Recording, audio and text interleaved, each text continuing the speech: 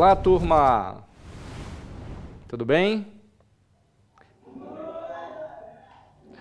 Iremos dar continuidade ao nosso curso de programação de jogos com a disciplina de Programação de Jogos Digitais 1.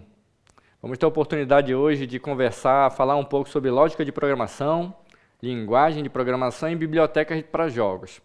Hoje a aula é bem conceitual, vamos passar aqui os princípios, a base da programação, e tenho certeza que vocês vão curtir muito essa aula. Nesta aula, a aula foi programada para a gente discutir um pouco sobre lógica de programação, linguagem de programação, ambiente de programação e bibliotecas para jogos. Agora vamos pensar junto. Quem sabe me informar uma linguagem de programação utilizada para desenvolver jogos? Pode falar.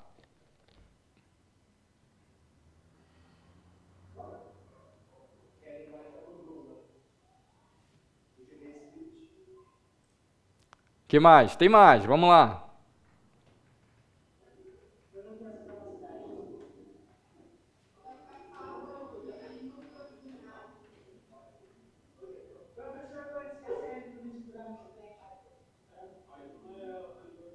Olha só, pessoal, nós vamos discutir aqui mais sobre as linguagens de programações mais básicas, tá? Aquelas que podem ser utilizadas tanto para jogos como para qualquer tipo de sistema. Por exemplo, a gente vai falar sobre Python, a gente vai falar sobre JavaScript, tá? Esse tipo de linguagem que de alguma forma está por trás das outras linguagens aí que são mais didáticas. No final, para trabalhar com hardware, a gente no final, utiliza esse tipo de linguagem, tá? Eu sei que Python é a queridinha de vocês, então eu puxei um pouco para Python, que ela é mais fácil, mais didática, mais simples de usar, tem mais bibliotecas. Só que vamos falar primeiro sobre lógica de programação, tá? Lógica de programação, ela está intrinsecamente ligado à criação de algoritmos. Então, se tu tem uma ideia e tu quer fazer com que aquela ideia se transforme em algo funcional, a gente tem que preparar primeiro um conjunto de instruções para que ela funcione. E esse conjunto de instruções é chamado de algoritmo, tá? Uma sequência finita de ações que, quando seguida, resolve um problema.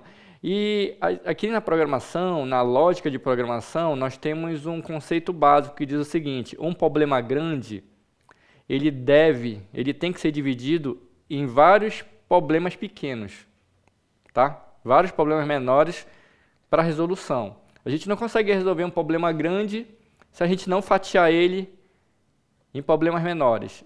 E esses problemas menores, eles são desenvolvidos através de uma lista de ações pequenas. Tá? Vocês vão entender no decorrer do curso que um algoritmo ele é formado por pequenos algoritmos que trabalham em conjunto. Tá? O objetivo daqui é criar algoritmos claros e eficientes, que possam ser traduzidos em código de programação. Como assim, professor? Algoritmos claros e eficientes. Vamos lá.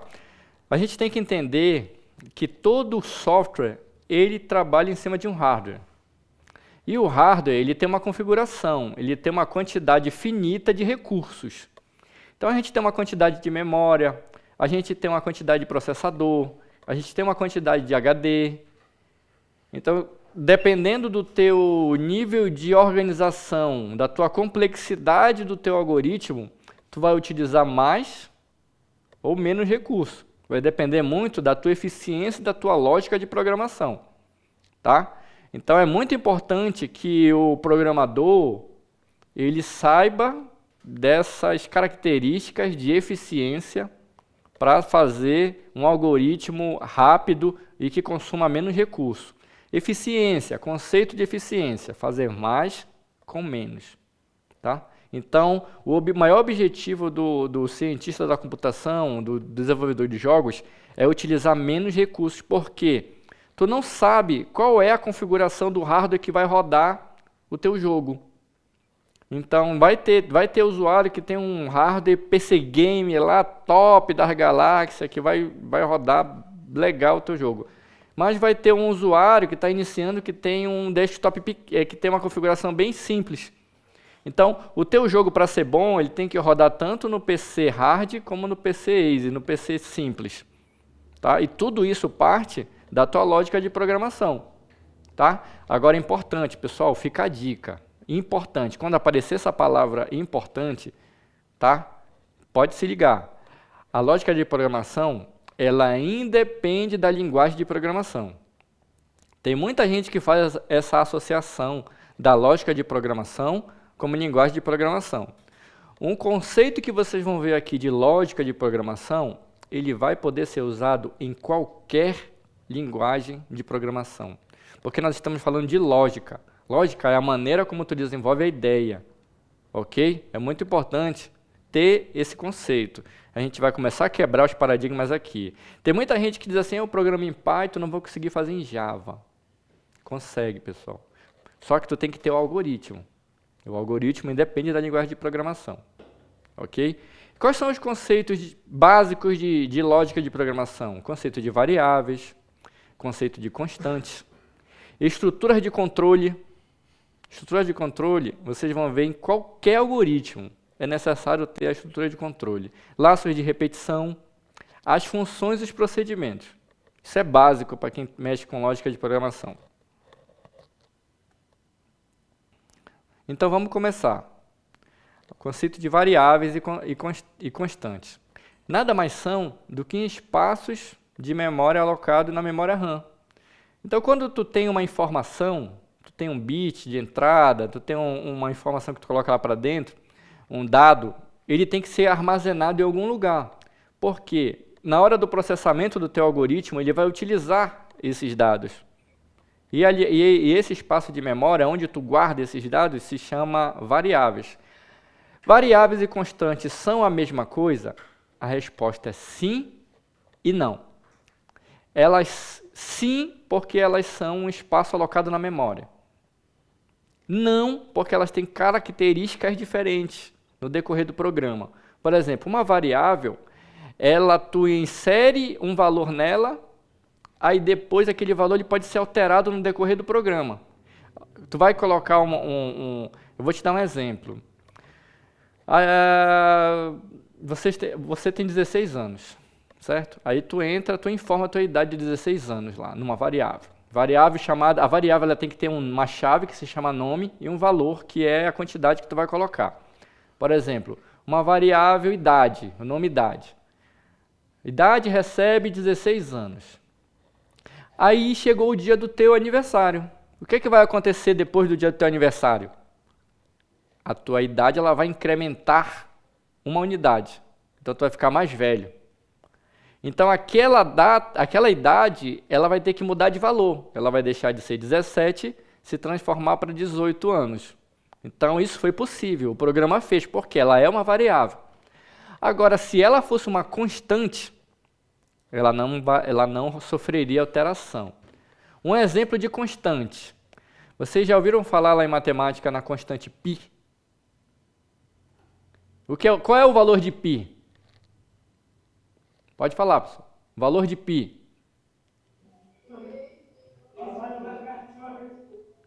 3,14, certo? No Brasil, é 3,14, correto?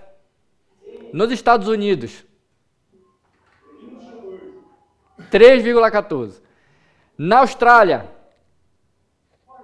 3,14. Na Espanha, 3,14. É um valor universal, ele não muda.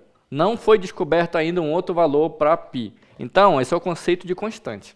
Nós utilizamos esse conceito aqui na programação também, tá? E em algumas linguagens de programação, é apenas conceitual.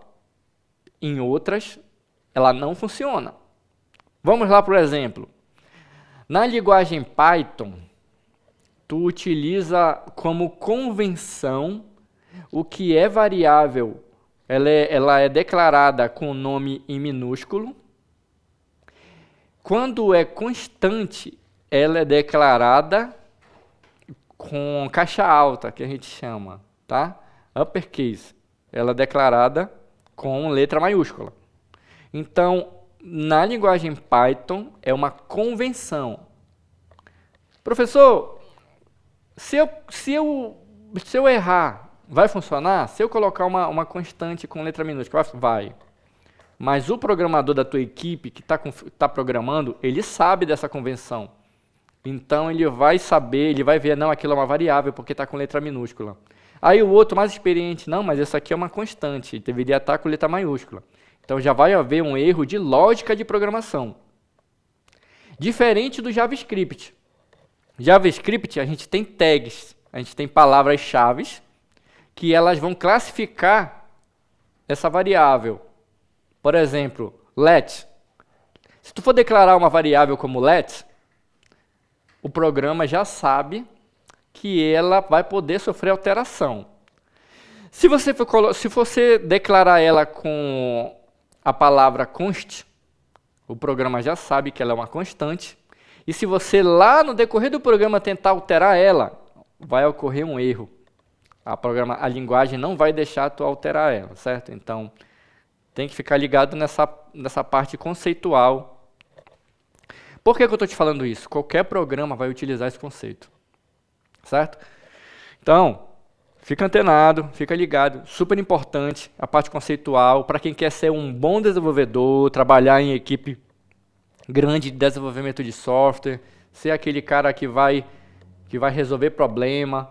Porque aqui na profissão de dev, nós temos vários níveis, né? O júnior, o pleno, o sênior, o especialista e o tech lead. Aí você vai entrar na área de programação, você vai passar por todas essas fases. Então o júnior, ele está aprendendo esse conceito, são vocês o júnior. Vocês vão entrar numa empresa como júnior. Aí você já tem que ter esses conceitos, porque quando o orientador de vocês lá, o chefe de vocês, o pleno, começar a pegar esses erros de conceituação, aí ele já vai puxar um pouco pro lado de vocês, entendeu? Aí vocês vão dizer que foram meus alunos, e aí ele não vai aceitar esse tipo de falha. Pelo amor de Deus, não faça isso comigo. Estruturas de controle, pessoal. Vamos lá. Estrutura de controle. A gente chama de estrutura de desvio de fluxo, mas também pode ser chamado de decisão. If else. Aí, pessoal, olha só, pode ficar tranquilo em relação a esse material, que ele vai estar no Class, tá? A professora Jéssica já vai disponibilizar para vocês esse material que eu estou apresentando no Class. É só baixar lá e ficar estudando, tá? Pode ficar tranquilo. Agora, se eu estiver passando muito rápido, pode me falar que eu faço devagar, tá bom? Que eu faço um pouquinho mais lento. Tá, o que é um if-else? O if-else nada mais é do que um ponto de decisão. Então, por exemplo, se uma coisa... E aí é mais ou menos assim. Tudo parte de uma condição, tá? Hoje vai chover ou vai fazer sol? Isso é uma condição. Isso é um questionamento de condição. Se sim, se vai chover, qual é a ação que vocês têm que fazer? Levar o guarda-chuva. Se não, sai sem guarda-chuva. São condições simples, mas vocês vão perceber que elas vão ser muito utilizadas na programação. Essa estrutura de controle é a base, é o fundamento. É como se fossem equações para matemática, entendeu? Você vai usar aqui. Vamos lá. É uma diretiva capaz de selecionar entre dois caminhos distintos, dependendo do resultado lógico de uma expressão.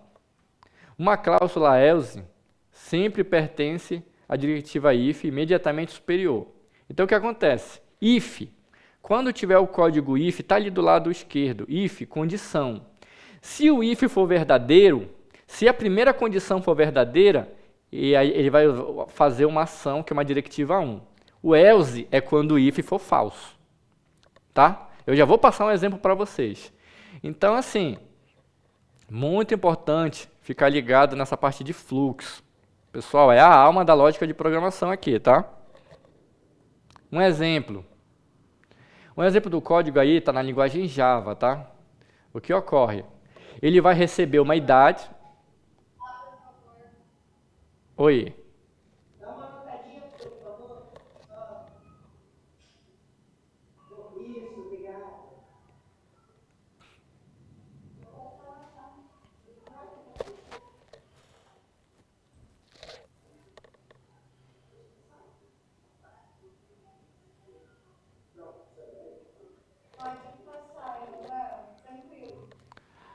Então, aqui está um exemplo em código, tá?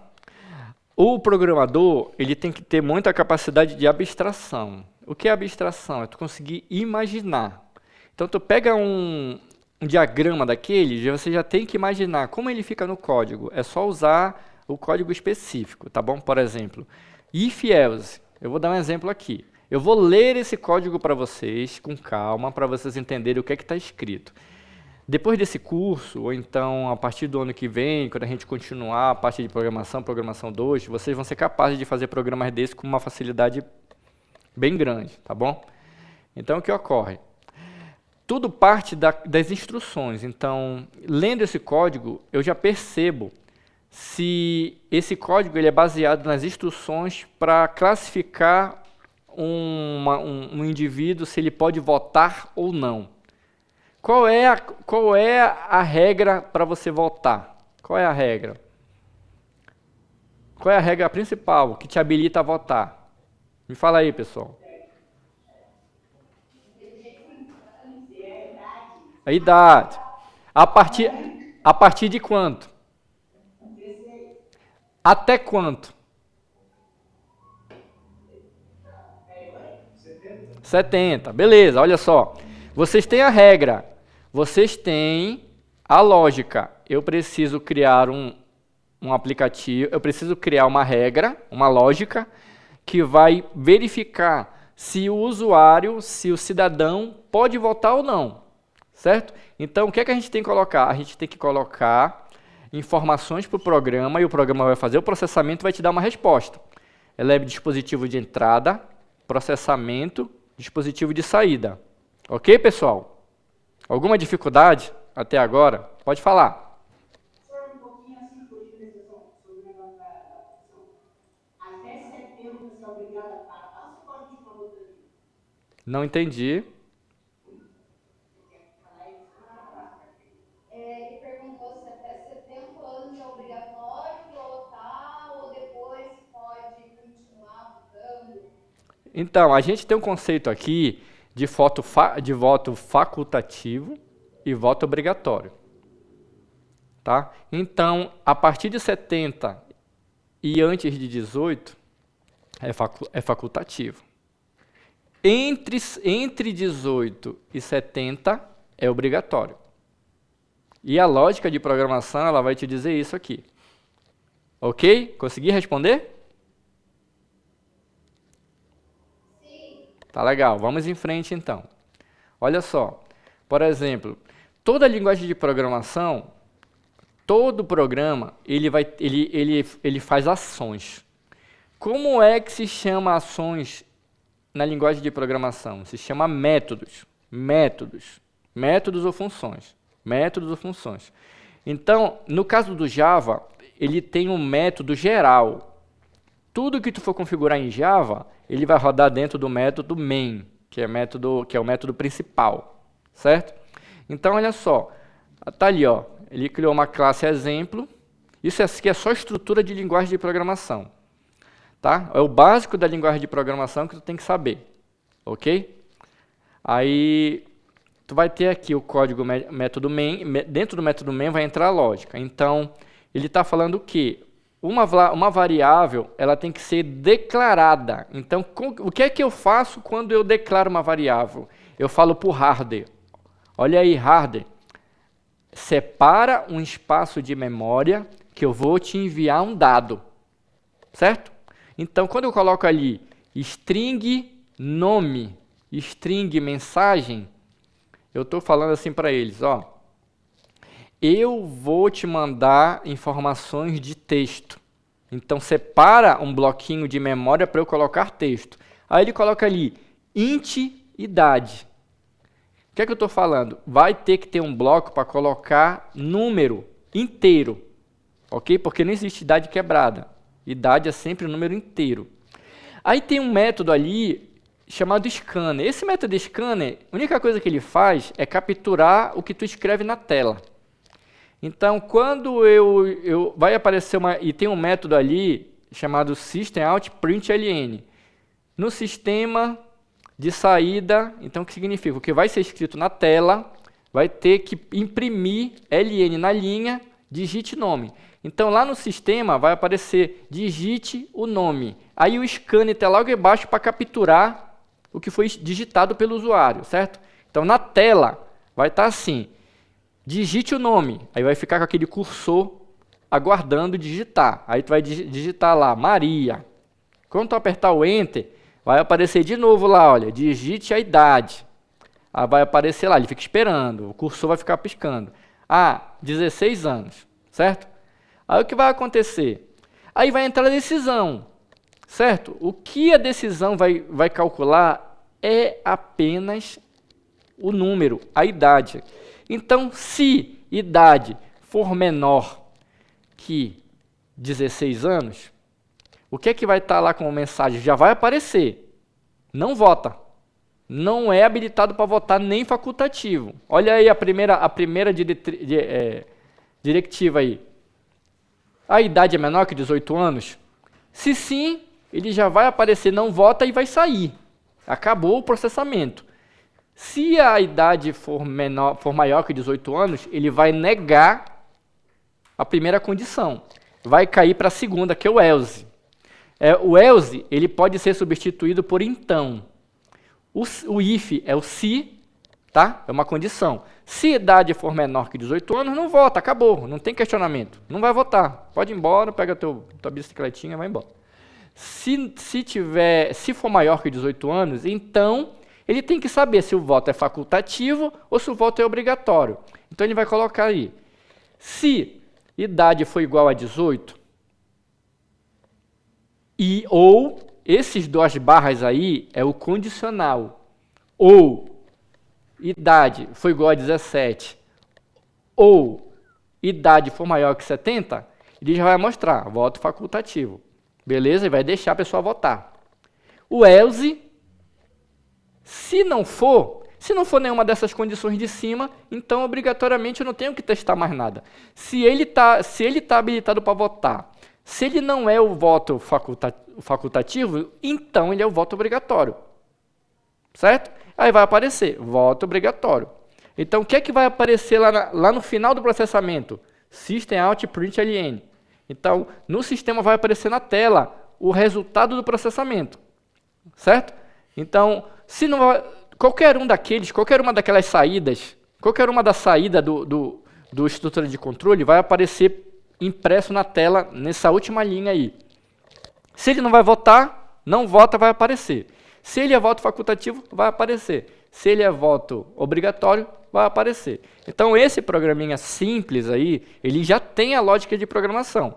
Poderia ser algo bem rebuscado. Eu poderia colocar ali, levar ele para a máquina de votação, perguntar para ele qual é o candidato que ele quer votar, verificar se o candidato que ele digitou lá existe ou não. Então, a lógica de programação, como eu te disse, são um problema grande dividido em vários problemas pequenos. Ok, pessoal? Há alguma dúvida sobre esse conceito?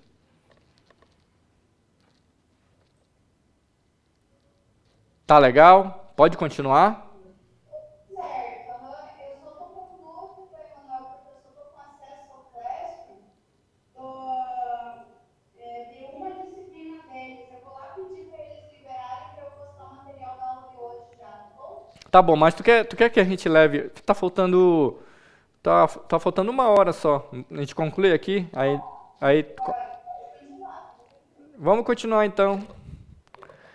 Tá bom, pessoal. Temos outras, tá? Temos estrutura de repetição.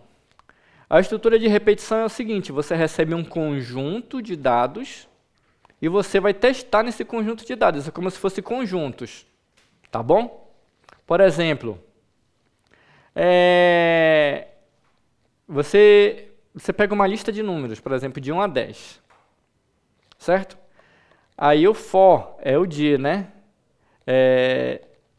Você coloca o número inicial, por exemplo, de 1 a 10. Aí você fala, do número 1 até o número 10. Aí tu tem que colocar uma condição. A condição pode ser incremento ou decremento. Então, por exemplo, tu quer conferir um número de 1 a 10. Então, tu vai colocar assim, começa do 1. Então, tu vai ter um termo inicial 1. Aí tu fala assim, quanto esse número ele for menor ou igual a 10, ele vai aumentando. Então, a única coisa que a estrutura de repetição faz é repetir aquela condição até repetir aquele número até a condição for verdadeira. Tá? Por exemplo, tem a inicialização.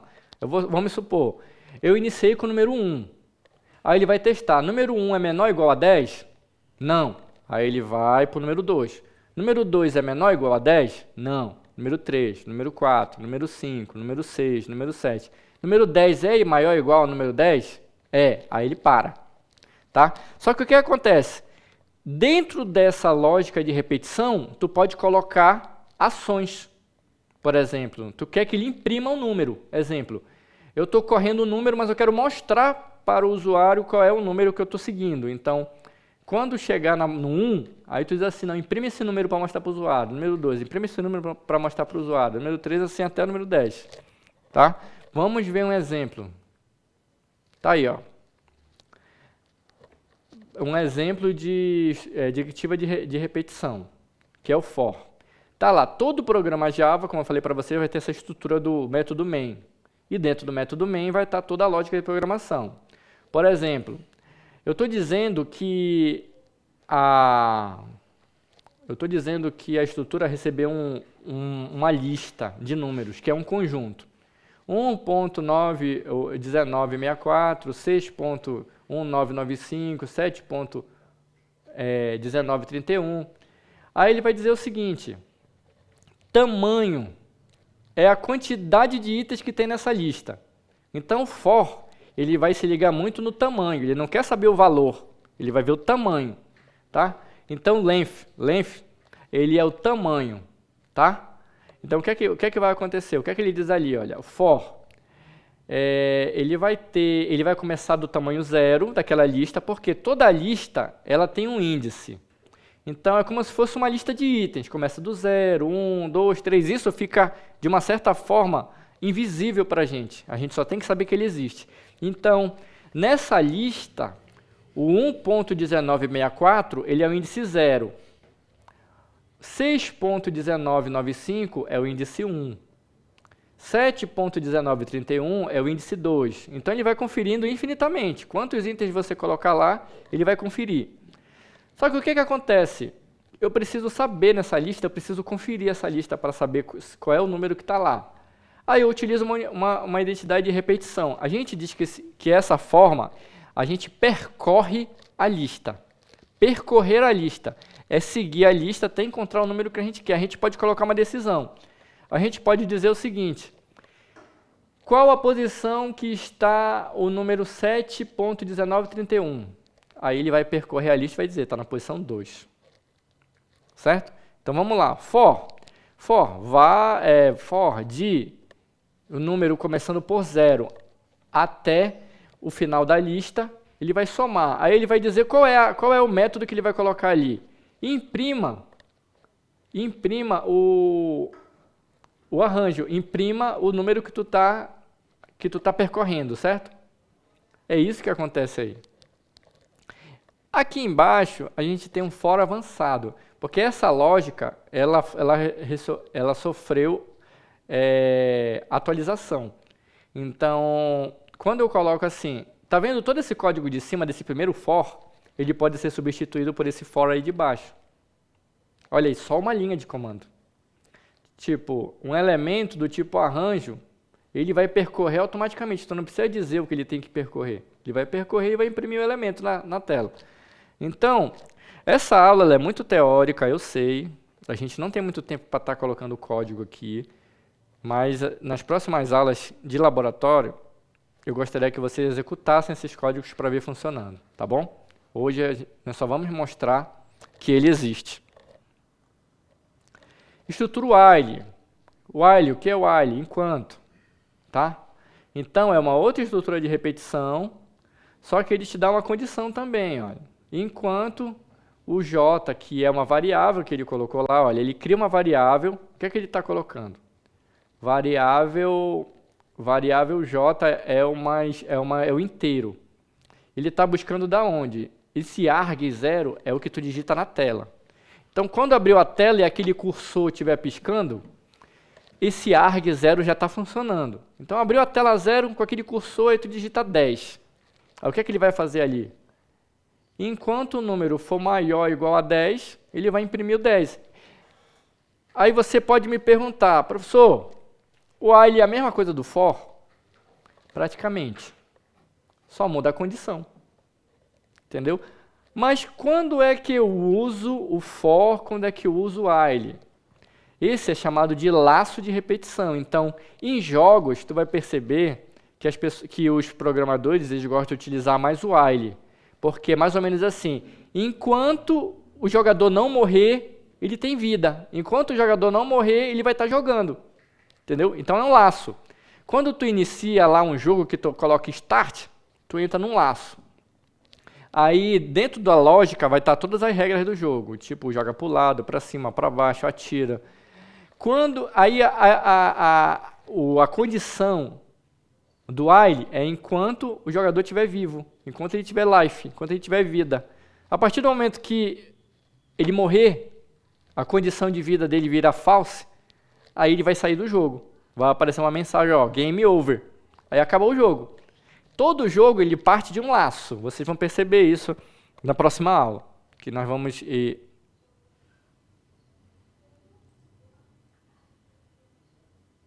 Ah, legal, muito bom, então vou passando. Já teve aula de programação esse ano?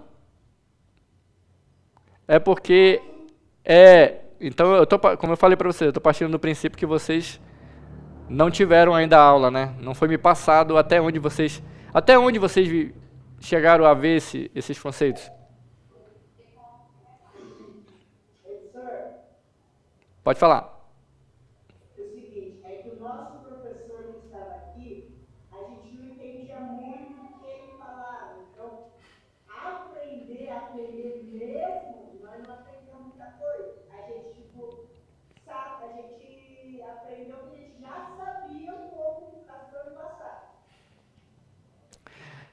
Pessoal, a didática aqui tá boa? A gente pode continuar então? Eu posso continuar a aula que eu programei, tá? Eu sei que muita coisa que você já sabe, mas aí se tiver alguma dúvida, pô, beleza, me dá um feedback aí, tá? Que eu vou fazer o possível para, como eu também programo, muitas das dúvidas de vocês pode ser a minha, tá ok? Aí eu vou fazer o possível para responder vocês. Então essa parte de estrutura de controle aí, vocês já sabem da importância dela, tá? Então eu vou passar um pouquinho mais rápido. Estrutura de desvio, o switch. O switch, ele é um avanço do if e else. Tá? O switch é o seguinte, uma condição tem várias opções, é um switch. Switch é um conjunto de opções. Então o que acontece? Por exemplo, fruta. Eu quero uma fruta, aí eu coloco opções, banana, maçã, laranja, aí eu coloco lá Maverick. Né? Maverick não é uma fruta, então vai ter erro. Mas, por exemplo, se eu quiser uma cor, eu quero que vocês escolham cores, as cores primárias, que é o branco, o azul, o amarelo, branco, azul, amarelo, vermelho e o preto. Aí eu posso colocar 5 opções, que a gente chama de case, aí cada opção vai ter um número. Por exemplo, se eu quiser a opção, o branco, eu posso colocar a opção 1, o preto, posição 5, o azul, posição 6. Então, o switch nada mais é do que como se fosse um menu. Em um jogo, tu usa muito o switch, porque ele vai te dizer, por exemplo, se tu quer ir para cima, coloca no teclado a setinha para cima. Se tu quiser ir para o lado, coloca para o teclado, então a gente coloca as opções lá e tu vai digitando. Cada vez que tu digitar uma opção do switch, ele vai para uma ação que a gente chama de diretiva, entendeu? Então, o que acontece? Por exemplo, vamos supor que tu está jogando um joguinho aí no teu teclado. Tu vai movimentar o bonequinho. Então, tu vai ter que jogar para cima, para a direita, para baixo e para a esquerda.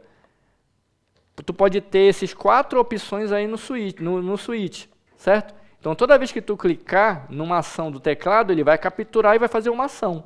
Por exemplo, se jogar para cima, ele sabe que ele vai ter que movimentar os pixels para cima. Então, a parte de switch, ela é muito importante para a parte de jogos também. Tá aí um exemplo. Tá? Olha o exemplo aí, das letras. Aí o exemplo básico é de vogais, tá? Aí dependendo da vogal que tu digitar aí, ele vai imprimir na tela. Então é um reconhecimento do teclado. Aí tu tem as vogais A, E, I, O, U, certo? Aí o que acontece? E olha lá no final, tem uma condição, que é a condição que a gente chama default. Se você não digitar uma vogal, ele vai informar que não está em nenhuma das condições. Entendeu? Não é uma vogal, então tá lá. Ele coloca lá, inclusive, para tu distinguir o maiúsculo do minúsculo. Se tu colocar o maiúsculo ou o minúsculo, ele vai aceitar.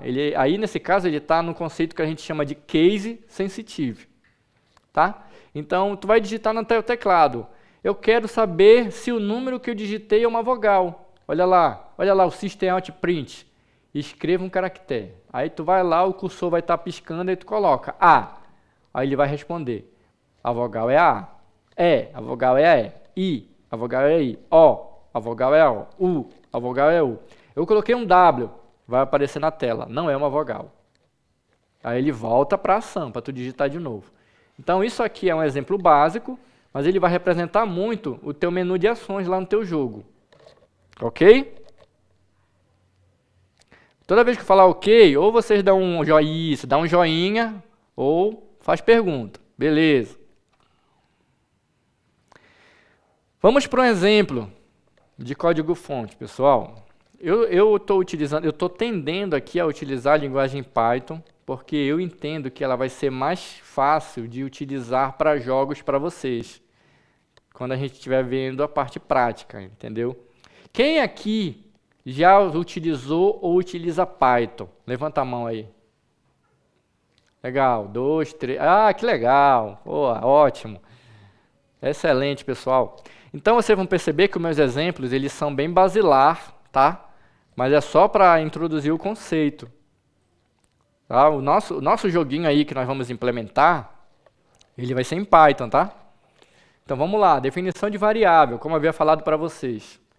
A variável, ela é um espaço em memória e ela precisa ser declarado. Então quando a gente declara uma variável, por exemplo, olha que legal. O Python, ele já é um pouquinho mais avançado no conceito. Ele não me pede para eu declarar a variável. Então ele já coloca, ele já cria a variável. Por exemplo, idade igual a 56. Ele não pediu para eu informar qual é o tipo de dado, se é um inteiro, se é uma string, se é um float, né? Ele já colocou idade igual a 56. Aí exemplo, nome igual a Nora, certo? Então olha ali o escopo ali do Python. Nome da variável, valor, é a chave. Então o Python ele é inteligente o suficiente para entender que aquilo é uma variável. E o igual? O igual é o que aí para gente? Como se chama o igual? Como se define o igual aí? Vocês sabem me dizer? Excelente! Operador de atribuição. É isso mesmo, pessoal. Vocês estão bem, hein? Vamos lá, então. E as funções? Temos muitas funções nativas do Python que a gente pode usar. A gente só precisa conhecer, certo? Existe uma regra mundial que é o Hello World. Quem é programador aí sabe. Se tu não fizer o teu primeiro programa Hello World, tu não vai se transformar em um programador, certo? Então, a gente não vai correr esse risco aqui. Eu quero que todos aqui saiam programando. Então, vamos fazer um Hello World Python. Uma linha, pessoal, uma linha de código. Tu faz o Hello World. Impressionante, né? Print Hello World. Imprima o Hello World. O Hello World ele vai ser impresso na tela. No primeiro quadradinho ali é o código. No segundo quadradinho é a resposta do programa. Que massa, hein? Que legal. Eu quero saber aí, quem ainda não fez o Hello World na sua vida aí? Não pode, pessoal. Tem que fazer. Lembra da dica do professor. Isso é maldição. Isso aí é na regra do dev. Tem que fazer o Hello World. Qualquer linguagem de programação, qualquer primeiro programa que tu for fazer, procura logo o Hello World. Conceito de função. Eu sei que vocês sabem o que é função, mas eu vou passar aqui. Porque o conceito de função ele é muito importante para o próximo item que a gente vai fazer. O que é uma função? Função é um bloco ou código que executa uma tarefa específica e que pode ser reutilizável várias vezes. Então, isso aí é economia de código. A gente chama de conceito de reusabilidade. Tá? Um exemplo de função. Soma. Se tu criar uma função com o nome soma e colocar como parâmetro de entrada duas variáveis, onde tu usar o soma e colocar os dois números, ele vai dar o resultado, a soma dos dois números. Então, olha só. As funções são estruturas essenciais do código que ajudam a organizar e depurar programas, tornando-se mais eficientes e legíveis. Tu pode fazer o código todo na mão. Toda vez que tu tiver uma soma, tu vai lá, A mais B igual a C, X mais Y igual a J, mas também tu pode criar uma função. Tu lembra lá daquele print lá do Hello World? Ele é uma função. Atrás daquele print pode ter vários códigos para imprimir um texto na tela. Mas aí, o que foi que alguém em Python fez? Não, vou fazer uma função e vou disponibilizar ele lá no nativo do Python. Aí aquela função está lá, print. Então, qualquer lugar que tu utilizar o print, é só tu colocar o texto que ele vai imprimir o texto. Não interessa para você como foi feito. Não interessa o código que está atrás, interessa que tu conhece a função e sabe usar. É só isso. Python tem essa facilidade. Por isso que a maioria de vocês gostam de Python. Você não precisa saber como foi feito. É idêntico a usar um carro. Tu não sabe como foi feito o motor, mas tu sabe que se tu entrar no carro, ligar na ignição e dirigir, tu vai utilizar o carro. É o mesmo conceito de função. Tá? Você não precisa saber como foi feito, você só precisa saber usar. Olha só, para definir uma função em Python, tu lembra que lá em Java a gente usa método? Aqui em Python a gente usa a palavra-chave def. Tá? Def é de definition, def. Tá? Indica o nome da função, certo? Adiciona o parâmetro dentro dos parênteses, aciona as instruções que a função deve executar. Simples assim. Tá? Professor, qualquer um aluno pode fazer uma função? Pode, é só tu ter a lógica. É daí que sai a lógica de programação. A lógica de programação são as instruções. A função, ela vai materializar as funções. Tá bom? As funções podem receber dados de entrada, que são os parâmetros, chamados de argumentos, e são processados e retorna dados de saída. A função, ela deve retornar dados de saída. E quando a função não retorna dado de saída, como ela é chamada? Quem sabe aí?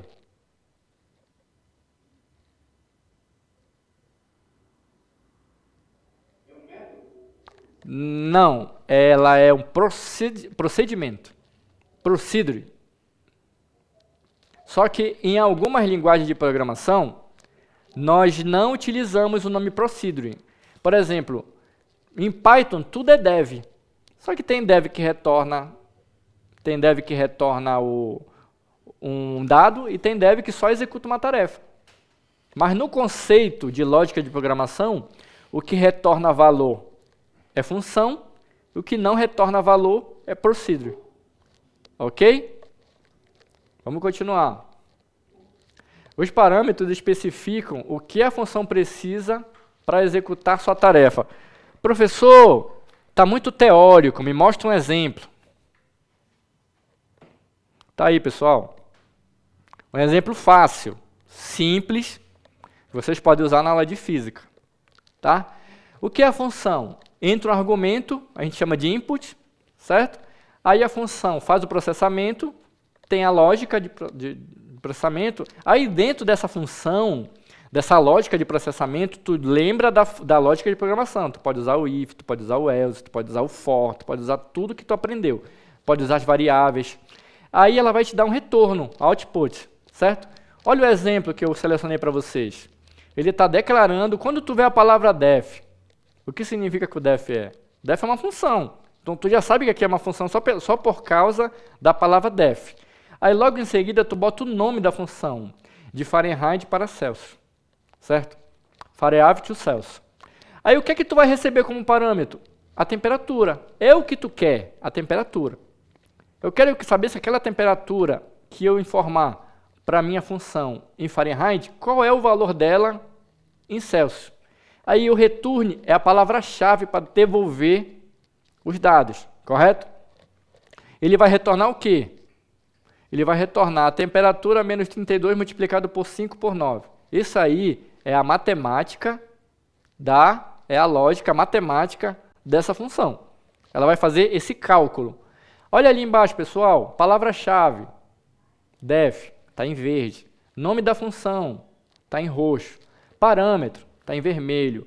Comando de retorno, tá em laranja. E o retorno em verde.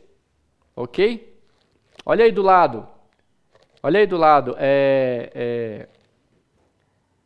Ela sendo executada em linha de comando. Certo? Aí ela é daquela forma que está na parte de cima. E embaixo, nós já estamos utilizando ela. Certo? Professor, tu utilizou o Celsius ali, em nenhum momento eu vi o Celsius. O Celsius ali, ele é uma variável que vai receber o resultado da função. Então, nós temos que entender que a variável, ela é onde eu quero guardar as minhas informações. Então, o resultado de uma função é um dado, é um número. Então, eu declaro que, olha, Celsius vai receber o resultado da função da temperatura 70,76, certo? Só que, quando eu executar essa primeira linha, ele não vai me mostrar nada. Ele vai executar e vai deixar lá guardado. Aí, olha a função de baixo, print Celsius. Então, agora vai aparecer na tela aquele número lá, 21.53333334. Ok, pessoal? Sobre função. Ficou alguma dúvida? Muito importante, pessoal, é excelente, muito importante esse conceito, tá? Vocês vão utilizar bastante. Sabe por que eu estou explicando função para vocês? Justamente para a gente chegar a esse ponto aqui, olha. Não, desculpa, temos mais uma informação antes, que é o dev. Ambiente de desenvolvimento. Quem aí de vocês tem instalado no computador de vocês uma IDE?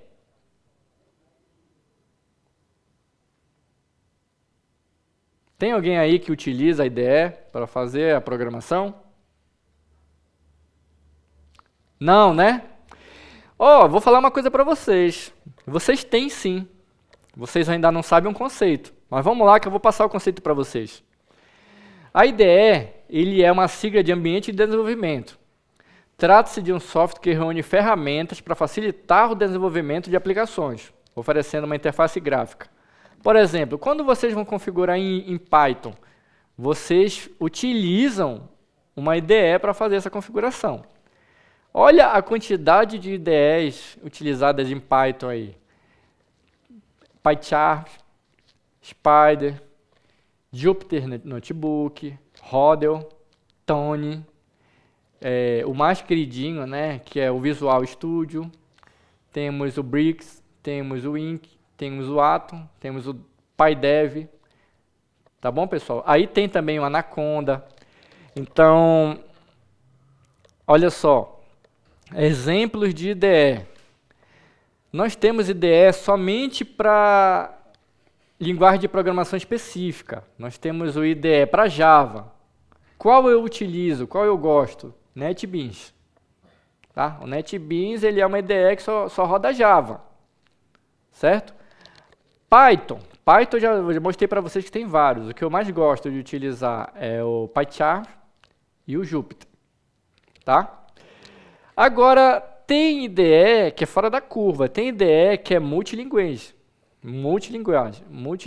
Então, o que é que acontece? Ela utiliza qualquer linguagem de programação. Basta que tu instale o plugin dela.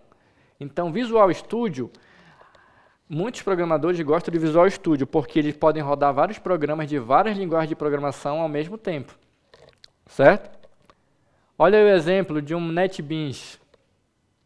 O NetBeans, ele tem essa cara aí, olha, é uma interface gráfica, certo? Do teu lado esquerdo, ele tem uma árvore. O que é essa árvore de organização?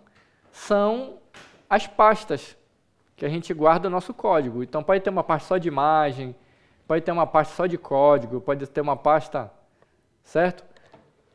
De teste. Então, a IDE, todo desenvolvedor, ele utiliza uma IDE para fazer o seu código. Porque a IDE também, ela tem ela possui todas as palavras-chave da linguagem. Então, tu sabe quando tu digitou uma palavra-chave correta, tu sabe quando tu não digitou uma palavra-chave correta. Ela vai corrigindo para ti o teu código em tempo real. Olha aí o Visual Studio. O Visual Studio tem essa cara. Professor, ele é sempre preto assim, eu não gosto do preto, eu não gosto do dark, eu gosto do branco. Dá para mudar o tema, tá? Qualquer linguagem, qualquer ideia dá para mudar o tema. Temos também o Jupyter Notebook. O Jupyter Notebook, por que o nome que ele se chama Jupyter Notebook? Porque além de colocar o código, tu pode colocar também texto. Então, se tu estiver escrevendo um código e quiser explicando o código, tu pode escolher uma linha de código, tu pode escolher uma linha de texto. Aí tu vai escrevendo, como se fosse um caderno. Entendeu? Aí tu pode colocar assim, eu quero esse código estar relacionado à conversão da temperatura Fahrenheit para Celsius. Ele vai receber um elemento de entrada, uma temperatura, e vai imprimindo na tela o resultado em Celsius. Aí tu coloca embaixo o código e executa. Então o notebook, as características do notebook, elas têm essa função. É como se fosse um caderno mesmo. Para tu fazer um trabalho, imprimir em PDF, esse notebook aí, ele é excelente, certo? Agora a gente tem ele também no Google, né? Que é o Colab.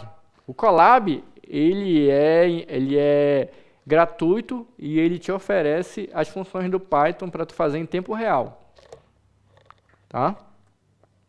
E aqui, pessoal, a gente demorou tanto tempo para chegar na parte de biblioteca. Os meus devs aí da sala, os meus programadores, quem conhece o conceito de lib, de biblioteca? Tá vendo? A biblioteca, quem programa e não sabe utilizar a biblioteca não é programador. Por quê? Porque tu vai querer fazer o código do zero, né? Tu vai querer reinventar a roda. E as linguagens de programação fazem isso. As linguagens de programação, elas já te dão as coisas prontas para tu aprender a usar, para tu ganhar tempo. Correto? É fantástico isso. Um exemplo de uma lib que já é nativa do Python é aquela que tem aqueles métodos print, entendeu? Tem vários métodos nativos.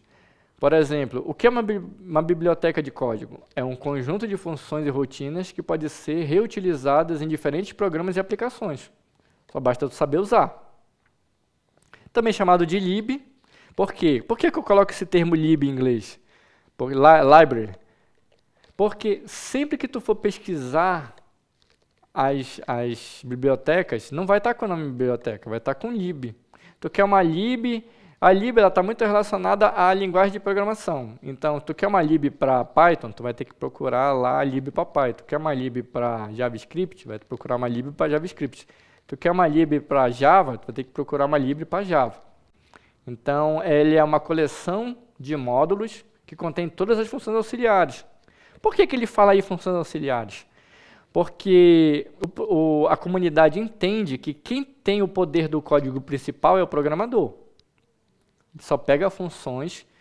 O que é uma lib? Nada mais é do que uma função que uma pessoa disponibilizou, que um programador disponibilizou para a comunidade. Excelente isso, né, pessoal? Alguém foi lá, fez lá uma lib e deixou disponível. Por exemplo, aquele de Celsius, Fahrenheit para Celsius, já existe, alguém já fez. Então, tu pode pegar assim, uma library só de Celsius, entre parênteses, bota a função e já aparece para ti. Entendeu? Nós fizemos aquele exemplo, porque é um exemplo simples, e eu estava explicando funções. Mas a maioria das funções, principalmente no meio da matemática, na disciplina de matemática, já existe. Existe uma lib chamada Pandas e uma lib chamada NumPy, que ela já tem a maioria das equações de matemática e estatística prontas. Só é tu saber usar. Professor, como é que eu uso isso? Se o meu programa foi eu que criei, foi eu que instalei. A gente tem que importar. Então, a gente tem que utilizar a palavra-chave import. Quando tu coloca assim, import pandas, o Python, a IDE, já vai buscar lá na rede, lá na internet, onde é que ela está, e já baixa uma versão, já instala para ti, já faz tudo. Tu só precisou colocar a palavra-chave import. Certo, pessoal? Olha só, a principal função é facilitar a programação, garantindo agilidade e menos erros. É o máximo isso. Tá? Olha só, como eu falei para vocês que eu estou tendenciando a trabalhar com Python, então eu vou trazer muitos exemplos relacionados a Python. Tá? Em qualquer linguagem de programação, o conceito de lib vai ser o mesmo. Um conjunto de métodos pré-montados, pré-programados, já feitos somente para usar. Certo? Pessoal, alguma dúvida sobre bibliotecas?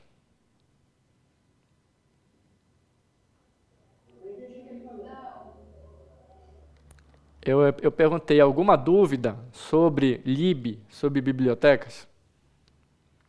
Por que eu estou perguntando isso, pessoal? Porque nós vamos utilizar bibliotecas bastante. Na verdade, vocês, na vida de dev, na vida de programador de vocês só vão utilizar isso. Vai chegar um momento da vida de vocês que vocês vão criar bibliotecas e disponibilizar para a comunidade. Porque às vezes o projeto de vocês vai ser tão específico que vocês vão criar o código e deixar disponível para alguém usar. Olha só a evolução de vocês do código. Por exemplo, o que é o Pyglet? Permite criar aplicativos interativos, incluindo jogos, animações e visualizações. NumPy. NumPy é uma biblioteca de código aberto, amplamente utilizado, e é utilizado principalmente para a comunidade científica. Então, aquela parte de números científicos, certo? Tu pega aquele 10 elevado a menos 0, 0, 0, o número do átomo. Ele já tem toda a forma de utilizar ele num projeto, em um código. NumPy, tu vai utilizar o quê? Raiz quadrada. Como é que se faz raiz quadrada de um número? Como é que tu utiliza número racional? Como é que tu utiliza delta, bhaskara? Tá tudo pronto aí no NumPy.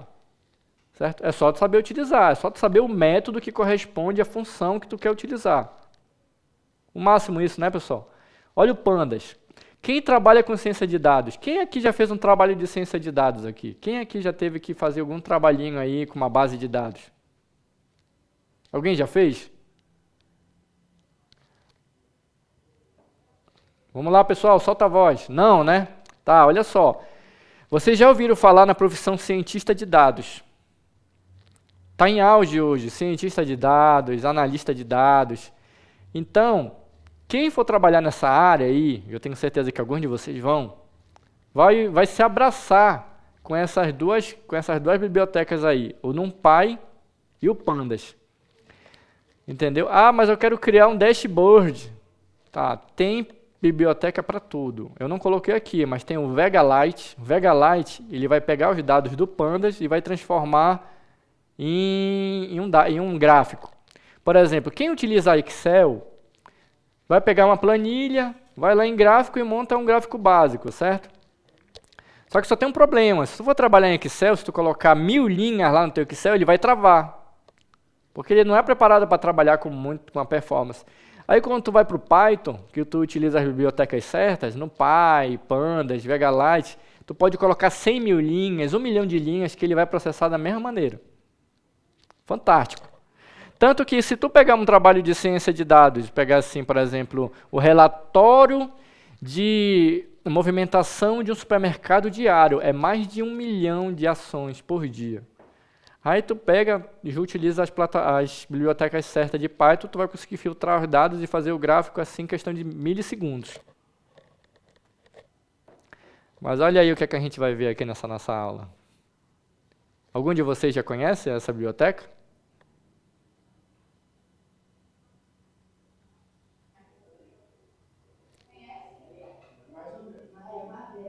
Já utilizou? Não, ninguém utilizou aqui, eu acho. Sabe que existe, né? Tá bom.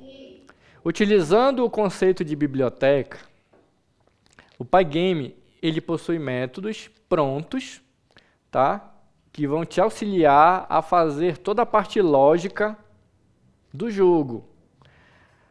Montar o cenário, abrir o jogo na tela, botãozinho de start, certo? game over, ficar atualizando o bonequinho na tela. Porque, olha, o bonequinho na tela nada mais é... Eu não sei se vocês lembram da aula de educação artística, quando tu tem uma imagem que tu vai passando, tu coloca ela em várias posições e tu vai passando ela rápido, assim, ó. Aí, se tu passar rápido aquela imagem, a impressão que dá é que ela está se movimentando, correto? Aqui no jogo vai ser a mesma coisa. Se tu quer que um passarinho bata a asa, tu tem que ter uma imagem dele com a asa para cima, com a asa no meio e com a asa para baixo.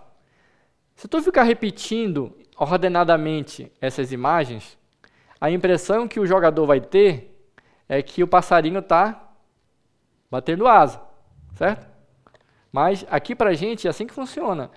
E o Pygame, ele tem esses métodos de update, que vai fazer com que a imagem fique mudando. E aí ele também tem um método de clock, que vai controlar o tempo com que essa asa vai bater mais rápido, mais lento. Então, professor, como é que eu faço para utilizar a biblioteca Pygame? Está ali em negrito. Joga o comando Python, -m, pipe, install, -u, Pygame, _user. Tá bom, pessoal?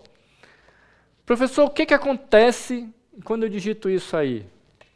O meu jogo já vem... Não, tu só está dizendo para o teu programa, olha, eu vou utilizar, baixa uma cópia dessa biblioteca e instala do meu pacote de jogos que eu vou utilizar os métodos. É isso que o programa está entendendo, está interpretando. Certo, pessoal? Então, o que acontece? Fluxograma do Pygame. Ele importa e inicializa a biblioteca, certo? Ele define e abre uma nova janela. Por quê? O que é uma janela? Uma janela nada mais é do que o jogo. Uma janela para a gente é um jogo. Quando tu startar o jogo, ele vai abrir uma janela na tua tela e vai dizer o tamanho. O tamanho lá no Pygame é screen, certo? Aí tu vai dizer qual o tamanho que tu quer do programa. Tu quer a tela inteira? Tu quer só um quadradinho assim? Tu quer 800 por 400? Tu quer... Quem vai dizer isso é tu. Isso que é legal na área de jogos, entendeu? Quem vai programar é você. Tá bom? Aí vamos lá. Vamos continuar aqui no fluxograma. A gente vai inicializar as sprints. O que são as sprints? São as telas, certo? Aí, lembra que eu te falei do laço? A importância da estrutura de controle? Vamos lá. O Pygame, ele inicializou, ele definiu a tela, ele abriu a sprint, ele abriu o jogo. Aí vai ter um laço. O que é o laço? O laço, ele vai dizer assim, ei, jogador, iniciou o jogo. Enquanto tu não morrer, tu tá jogando. Ah, professor, isso é lógico, mas tu tem que dizer para o programa.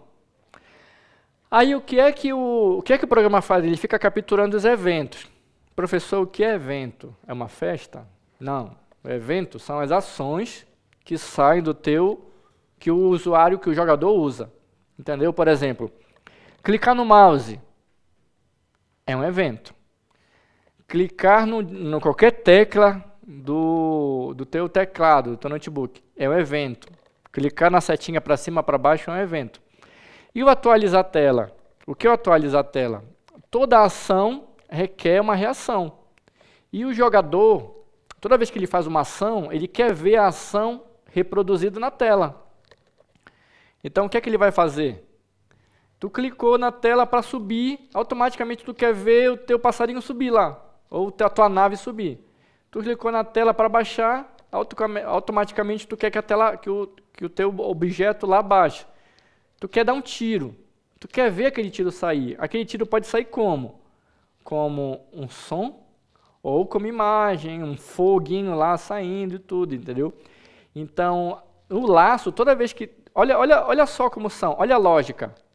Ele captura o evento, o que o usuário fez, o que o jogador fez, ele pega a lógica de programação, por exemplo, o que é muito simples. Eu cliquei para cima. Qual é a lógica de programação? Lembra do switch? Lembra do switch lá? Quando eu clicar para cima, o que é que o objeto faz? Ele muda de local no pix, né? Na tela. A tela é proporcionada por pix. É um plano cartesiano, certo? Ele tem uma posição. Todo objeto ele inicia numa posição. Aí tu clicou para cima, aí tem a lógica de programação, tem um switch lá. O que é que o switch fez? Clicou para cima. Sobe tantos pontos para cima. Eu cliquei para baixo. Aí, tantos pontos. Eu cliquei para o lado direito, que é para frente. É aqui no caso, para frente, para trás, certo? Aí, essa lógica de programação ela vai ter dentro do laço. Então, obrigatoriamente, tudo que tu fizer vai ser um laço. Todas as vezes que tu clicar num evento na tua tela, vai acontecer alguma coisa em um laço. Tu vai entrar de novo no laço, vai ficar entrando. Morreu. Morreu é o que a gente chama de condição de break. Break é parada. Entendeu? Tu morreu, break. Ok? O break, possivelmente, ele vai te levar para o fim. Tá ali a bolinha do fim. Tá vendo? O break vai te levar para o fim. Pessoal, eu sei que é muita informação, eu sei que eu estou falando um pouco rápido. Tem alguma dúvida aí? Me ajudem. Então, tá conseguindo? Tudo ok, né? Tá conseguindo entender, né? Beleza, pessoal. Então vamos em frente. Aí você pode me perguntar assim, professor, o senhor está falando de biblioteca, beleza, como é que eu faço para conseguir uma biblioteca dessa? Como é que eu faço para saber quais são os métodos? Eu sei que quando eu estiver na IDE, eu mando importar, eu mando pipe lá, aí ele vai pegar e vai descer, vai utilizar a biblioteca. Mas eu não sei quais são os métodos da biblioteca, eu não sei o que é que eles fazem. Como é que eu faço para saber? Pessoal, todo programador profissional, ele tem que ir na documentação. A documentação, ela está contida todas as informações referentes àquela biblioteca. Então, vocês vão ter que, a melhor maneira, a melhor forma de se obter informação sobre uma biblioteca é indo no site da comunidade. Toda biblioteca, ela tem um site oficial. Toda biblioteca tem um site oficial com a documentação, tá?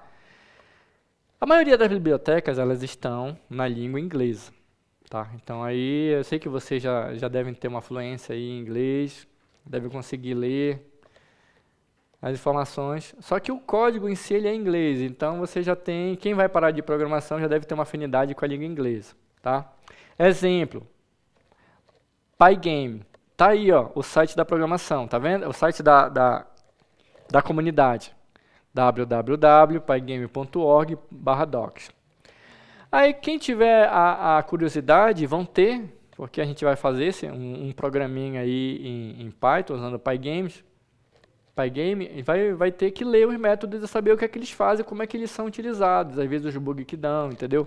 Então, pessoal, muito importante, mais uma vez. Tá?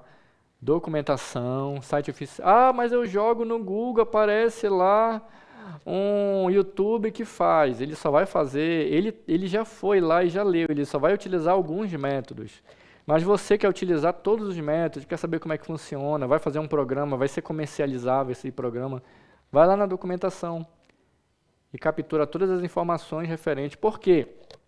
Uma biblioteca, ela pode ter um método, mas ela também pode ter centenas de métodos, tá? Tudo que um jogo faz, uma biblioteca, aí eu te pergunto, no teu programa, tu só vai utilizar uma biblioteca?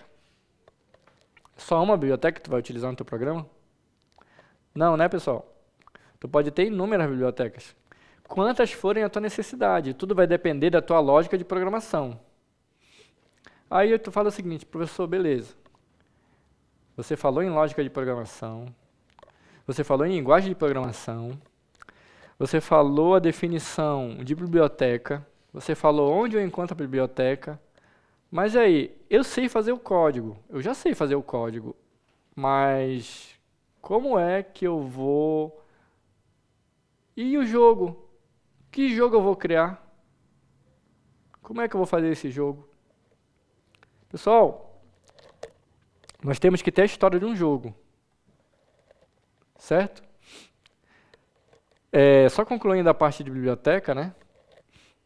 Antes de falar da história do jogo, eu dei uma pesquisada lá no Pygame e eu peguei esses métodos aí. Eles vão estar mais ou menos assim lá quando vocês forem pesquisar. Eu quero desenhar um círculo na tela. Aí, pygame.draw. Olha, é bem didático a forma como os métodos são criados. Por exemplo, draw. Draw é desenho, certo? Draw é uma criação. Então, se tu quer criar um círculo, circle. Tu quer criar uma elipse, ellipse. Tu quer criar um retângulo. Então, lá eu peguei algumas formas de tela. Então, tu vai utilizar o Pygame, tu utiliza pygame.draw. Certo? Aí o objeto que tu quer criar. Olha a informação ali do lado. Passa alguns parâmetros. Por que tem que passar uns parâmetros? Porque tu não sabe, o programa, a biblioteca não sabe qual o tamanho de círculo que tu quer criar. Então tu tem que dizer lá qual o tamanho do raio, qual o tamanho da borda, qual o tamanho da linha. Então dentro desse parênteses aí, tu vai colocar o que a gente chama de parâmetros. Certo? Então, quando tu lê lá, vai lá, pesquisa lá na documentação, como é que eu uso o método draw? Aí sai, círculo. Aí tu vai lá e diz, não, eu posso utilizar isso, esses 3 parâmetros. Quando tu estiver programando lá em Python, que tu colocar lá esse método e não colocar o número de parâmetros que a biblioteca está pedindo, vai dar um erro. Ele vai dizer, ficou faltando o parâmetro x. Por mais que tu não use o parâmetro, tu pode colocar 0 lá, porque o 0 ele é neutro. Em alguns momentos ele é neutro, tá? Não pode botar null, certo? Olha só, ali o poll faz o quê? Retorna um evento da fila de eventos, entendeu? Post, coloca o evento na fila. Então, o que acontece? Às vezes, tu digita muitos eventos na tela. Então, o que é que o Pygame faz? Ele guarda aquilo em uma memória chamada buffer. Aí ele vai realizar aquelas ações em série. É tipo fila, o primeiro que entra, o primeiro que sai. Então ele vai colocar aquelas informações lá na tela e vai executar conforme tu digitou, entendeu? Render, certo? Retorna uma superfície com um teto desenhado. Size, calcula o tamanho da superfície que irá escrever nela. Transform, rotaciona, espelha, modifica. Então, dependendo da tua lógica de programação, tu tem uns métodos referentes. Olha que legal esse. Todo jogo, vocês observam que todo jogo tem uma música, né? Todo jogo vai ter uma musiquinha, todo jogo vai ter um barulho, todo jogo vai ter um evento, um tiro, um pulo, um salto, até a morte, até o game over, né? Aquele barulho, fã, fã, fã, fã. Morreu. Então, aquilo já está dando um retorno pro usuário, certo? Que houve o game over através da música, do som. Então, inclusive, pessoal, na parte de acessibilidade, tem muito jogo para pessoas com deficiência visual que ele é só com som. Ele é só através de som. Então, tem que levar em consideração quais são os usuários que vão utilizar teu jogo. Então, a ideia aqui também de acessibilidade, ela leva em consideração isso. Entendeu? A sequência de sons, ela pode fazer com que tu tenha a usabilidade do jogo só através de som. Então, esse método Mixer, ele trabalha com isso, tá bom? E aquela parte de clock que eu falei para vocês, certo? Às vezes, o teu jogo está muito rápido, está muito acelerado, tu quer cadenciar ele. Dependendo do público que tu está atingindo, são crianças, certo? São um jogo bem infantil, tem que fazer bem lento para a criança conseguir jogar e tudo, que ela ainda está naquela parte cognitiva de aprendizagem, certo? Olha o enredo. Eu peguei um programinha aqui chamado PyBird, certo? Flappy Bird, desculpa. Então, todo jogo ele inicia por um enredo. Aí a gente recapitula aquela aula de game design que nós vimos essa semana, certo? Aí você vê que as disciplinas já vão se enganjando, já vão tomando forma. Primeiro você tem que pegar o game designer, certo? Tem que montar um enredo, tem que entender o que aquele jogo vai fazer, para a gente poder passar para a parte de implementação, de desenvolvimento, pessoal. Então, vamos lá. Flappy Bird. O Flappy Bird ele foi criado e desenvolvido por Dong Nguyen. Eu não sei falar o nome dele. Tá? Eu vou chamar ele só de Dong. O personagem foi criado originalmente em uma plataforma de jogo em 2012. Só que esse jogo ele acabou, ele parou e ele voltou agora com toda a força, tá, pessoal? Ele foi criado em menos de 3 dias. Então, se vocês pararem para ver, é um jogo relativamente simples. Mas eu não sei se vocês já tiveram a oportunidade de jogar. Eu já joguei. Eu acho ele interessante. Por quê? Porque ele tem uma dinâmica boa, certo? Tem muitos jogos com essa dinâmica, por exemplo, aquele de nave espacial, que vem aqueles tiros, tu vai te esquivando, vai passando. O Flipboard, ele é horizontal, né? Tem alguns jogos que são verticais, mas a jogabilidade é a mesma, certo? Então vamos lá. Qual o objetivo desse jogo? Que já vai para a parte de implementação. O objetivo é ganhar o maior número possível de pontos controlando um pássaro tocando na tela, certo? Então, no teu caso, se tu tiver um joystick, se tu tiver um teclado, dependendo de onde tu vai jogar, pode ser no teu smartphone também, certo? Sem deixar colidir nos canos. Se o pássaro tocar em algum obstáculo, ou se deixar o pássaro cair, porque para o pássaro estiver voando, tu tem que estar batendo a asa dele. Então tu tem que estar apertando no botãozinho lá para ele estar em movimento, certo? Quanto mais tu aperta a setinha, mais ele vai subindo e se desviando, certo? Sempre que o personagem passa, olha só, se ele morrer, o jogo termina. Então aquela questão do laço que eu passei para vocês. Se o Wile chegar numa condição de parada, ele vai sair e vai terminar, certo? Então sempre que o personagem passa um conjunto de canos, o jogador ganha ponto. Só que tem um detalhe muito importante. Quando tu faz um enredo que tu joga para o lado da lógica de programação, aquele jogo ele tem que ser, olha a palavra, jogável, né? Tem que ser funcional. Então, tu não pode colocar uma fase tão difícil que o usuário não consiga passar. Então, o teu nível de dificuldade ele vai estar muito relacionado à tua usabilidade, à tua jogabilidade. Beleza? Tem um trabalho aqui que a gente vai fazer em sala. Só que esse trabalho eu vou deixar para vocês. Nós vamos ter um outro horário às 10 horas. Tá bom? Então, a gente vai deixar esse trabalho para a próxima aula. Ok, Jéssica? Então agora a gente vai concluir a primeira parte da nossa aula, tá? Com o conceito. Foram vários conceitos, tá? De acordo com a turma, foram bem absorvidos, conseguiram entender a parte de lógica de programação, linguagem de programação, biblioteca, funções e a parte aqui de um enredo, né? O enredo ele já está bem tranquilo porque foi visto em outra disciplina. Pessoal, agora nós vamos passar uma atividade, tá? Que é idêntica à atividade da última aula, que é para vocês responderem no Forms, ok?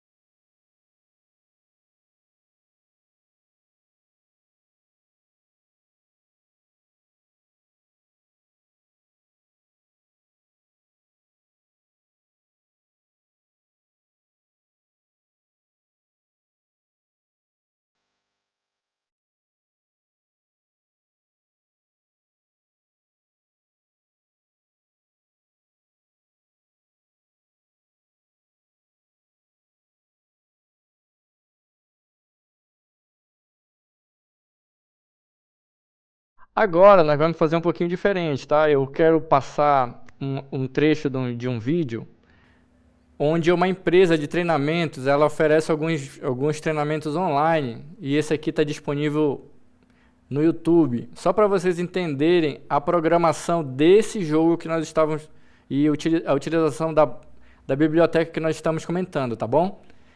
É só um trechinho, só para a gente entender que ele utiliza alguns conceitos aí que a gente mencionou aqui em sala de aula, tá bom? Olha só deixando claro que esse vídeo aqui está disponível para assistir no link que está aí no material, e ele é da empresa de treinamento Hashtag, tá? Tá na internet. Quem quiser assistir o vídeo todo, ele tem duração de 2 horas. E ele é um vídeo muito bom para se entender a usabilidade da biblioteca Pygame e a lógica de programação utilizada nesse jogo que a gente havia comentado, tá bom, pessoal? Quem quiser pode ir lá e pode assistir na íntegra o material, ok? Vamos assistir um trechinho agora. Esse código que você está vendo aqui atrás de mim é o código do jogo Flappy Bird em Python. Então, nesse vídeo, você vai aprender a construir o jogo do Flappy Bird linha a linha de código 100% em Python. E tudo que você vai precisar para construir o jogo está aqui nesse vídeo. Então, ele vai ser um vídeo longo, mas assiste até o final, que no final você vai ter o seu primeiro jogo aí completo feito em Python, beleza? E claro, deixa eu te mostrar como é que vai ficar o resultado final. Olha só. A gente vai rodar aqui e com a barra de espaço a gente vai pulando aqui, ó, o nosso Flappy Bird. Você vai ver que tá meio travadinho, ele conta a pontuação ali. Tá meio travadinho. Eu bati já que eu sou péssimo no jogo. Mas tá meio travadinho aqui só porque eu tô gravando o vídeo. Mas você vai ver que no seu computador ele vai ficar 0 travado, vai rodar numa boa, beleza? Então, é isso que você vai aprender a construir. Ele cria aqueles canos automaticamente, de forma aleatória. Então, é exatamente o jogo do Flappy Bird. Bom, alguns recursos que estão disponíveis na descrição que você vai precisar para esse vídeo, tá? Primeiro, tem um link com todas as imagens do jogo que você vai precisar, do cano, da imagem de fundo, do chão, do pássaro e assim vai. E nesse mesmo link tem o código completo que eu vou construir com vocês aqui. Então, se você quiser só pegar o código e rodar no seu computador, eu não vou ficar chateado nem nada, pode ir lá no link da descrição, pega e faz o que você quiser. Beleza? Segundo link que está na descrição, o link de um vídeo em que eu ensino você a instalar o PyCharm. Eu vou usar aqui na construção do jogo a IDE do PyCharm. Eu recomendo que você use alguma IDE dessa bem completa, porque eu acho que isso vai facilitar a sua vida na hora de construir o jogo. E eu gosto muito do PyCharm. Vou deixar o link na descrição para você pegar da instalação.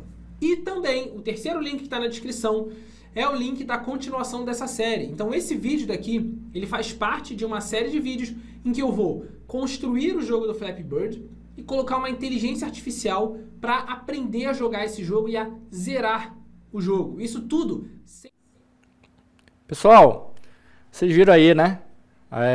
Tem uma empresa de programação que vai te ensinar como fazer o código e deixar ele funcionando. Primeira pergunta. Qual é o nome da IDE que ele está utilizando e a linguagem de programação que ele vai utilizar?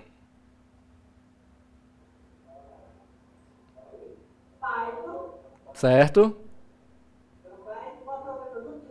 A IDE que ele está utilizando.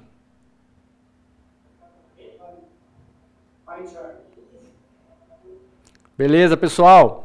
A gente vai continuar assistindo mais um trechinho do vídeo que a gente vai começar a extrair as informações, o conceito da aula que está no vídeo aí, que o profissional está configurando, está programando aí o jogo. Tá legal? Segue mais um trechinho do vídeo. Eu vou deixar o link também aqui na descrição, beleza? Então vamos começar o vídeo, deixa aquele like, já se inscreve no canal, porque esse daqui tá sensacional, a aula vai ser longa, então vem comigo, vamos lá. Bom, pra gente começar, eu vou criar um novo projeto no PyCharm, então tá lá, ó, File, Novo Projeto, e aqui dentro desse novo projeto você pode criar um novo ambiente virtual ou usar o seu Python padrão. Se você quiser, usa o Python padrão do seu computador. Eu vou criar um novo ambiente virtual para me obrigar a instalar tudo que você vai precisar instalar também no seu computador.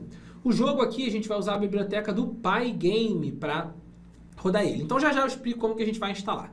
Então eu vou chegar aqui, vou chamar esse meu jogo aqui de Flappy Bird YouTube, que é o que eu estou gravando para vocês aqui no YouTube, e vou mandar criar. E aí, enquanto ele está criando, vou botar aqui ó, uma nova janela, enquanto ele está criando, deixa eu te dar uma explicação rapidinha. Você vai ver que eu vou estar olhando um pouquinho para baixo, que é aqui onde está o meu código que eu vou construir com você, e um pouquinho para o lado aqui, que é onde está o gabarito, que eu vou ficar acompanhando, lógico, para a gente não ficar aqui eu tendo que ficar tirando tudo da minha cabeça. Eu tenho o gabarito que eu já construí para ficar olhando ele. E também aqui um pequeno disclaimer importante, tá? É o seguinte, esse vídeo, ele não é um vídeo básico de Python, então ele é um pouquinho diferente. Pessoas de qualquer nível talvez tenham um pouco de dificuldade de acompanhar, porque eu vou precisar que você já tenha alguma base de algum conhecimento de Python, de classes em Python, de orientação a objeto, para você poder acompanhar e entender no detalhe tudo que está acontecendo nesse vídeo. Eu vou construir linha a linha de código com você. Então eu espero que mesmo que você não tenha essa base toda, você entenda o que está acontecendo e consiga construir no seu computador. Esse é o nosso objetivo. Mas para entender exatamente o porquê que eu estou escrevendo isso dessa forma e não dessa outra forma, por que eu estou escrevendo assim assado, por que você está criando essa classe, por que você está criando esse init, esse tipo de coisa, isso daí você já tem que ter essa base de Python para poder entender mais a fundo. E se eu fosse explicar tudo isso, esse vídeo ia ficar com umas 10, 15 horas, que não é o nosso objetivo, ele já vai ficar longo o suficiente. E aí ele está vazio aqui. O que a gente precisa fazer para começar o nosso programa? Duas coisas. Coisa número 1, botão direito aqui no projeto, arquivo novo, Python File, e aqui a gente vai criar o nosso jogo do Flappy Bird. Então eu criei um arquivo chamado Flappy Bird que vai ter todo o nosso código do jogo, tá? Segunda coisa, você precisa colocar aqui dentro, ó, dentro da pasta que ele criou do Flappy Bird, você precisa colocar aqui dentro, ou seja, você precisa ter uma pasta no seu computador com o código em Python e a pasta de imagens. Então você vai fazer o download da pasta de imagens, que está aqui na descrição, e vai pegar a pasta de imagens e vai colar ela aqui dentro, ó, colar aqui dentro, pá. Então, ó, colei a pasta de imagens aqui dentro, beleza? Eu já tinha essa pasta de imagens no meu computador, então eu peguei e arrastei aqui para dentro. Você tem que fazer o download dela e arrastar aqui para dentro. E nessa pasta de imagens você vai ver que tem, ó, a base do chão do jogo, tem o fundo do jogo, tem o pássaro em 3 posições, tá vendo? Para você ver a asinha dele batendo ali. E o cano também, que a gente vai pegar o cano, vai virar ele e assim vai. Então tem todas as imagens que você vai precisar para construir o jogo do Flappy Bird. Você vai ver que ele é um jogo relativamente simples, pensando em termos de construir um jogo. Mas, se esse aqui for o seu primeiro jogo que você está construindo em Python, você vai ver que não é tão simplesão de sair criando aqui. Então vamos lá, vamos começar o nosso código. Primeira coisa que você vai precisar fazer aqui é instalar algumas... Oi pessoal, tá me ouvindo? Parou a gravação aí, foi? Foi sem querer. Problema! Calma. Problema! Sem querer, eu fui Tá bom. colocar uma questão no chat e fechou. Entendi. Mas vamos continuar. Eu tenho mais uma pergunta aqui sobre o vídeo, tá pessoal? Só um minutinho, Emanuel. Você vai passar novamente o vídeo? Não, a gente consegue continuar, porque o que eu vou perguntar para ele, eu vou continuar mais um trecho do vídeo, aí vai ficar claro, tá? Ah, beleza. É porque a gente precisa que aumente um pouquinho só o som do vídeo, sabe? Porque tá um pouquinho baixo. Aqui na escola tá no volume 100, mas ele tá bem baixo, sabe? Tá bom, eu vou colocar no volume máximo aqui, tá bom? Beleza. Tá, então vamos lá, pessoal. Vocês observaram que o programador, ele utilizou algumas imagens para fazer a programação, certo? Quem vocês acham que disponibilizou essas imagens para ele, se ele fosse de uma equipe de criação de jogos? Quem é o profissional que vai passar essa imagem para ele?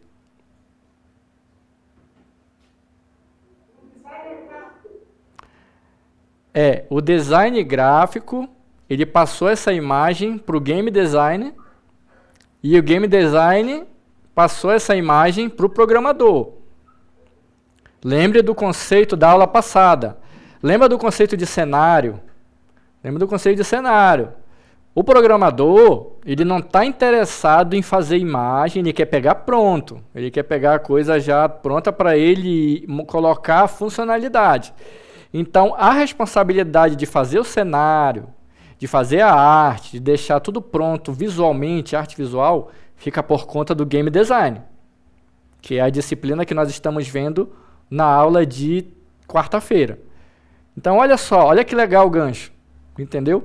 Lá a gente vê uma teoria, às vezes parece que essa teoria não tem nada a ver com jogos, mas quando chega para a área de programação, a gente percebe que uma boa parte do jogo já tem que estar feito, entendeu? Então, o roteiro tem que estar pronto, o programador tem que saber quais as funcionalidades que ele vai fazer, quais as ações. O programador ele vai executar. Ele não está preocupado se o enredo está errado, se o enredo está certo, se a imagem não está legal, entendeu? No máximo que ele vai pedir, olha, ajusta aí a qualidade dessa imagem que não ficou boa para o jogo.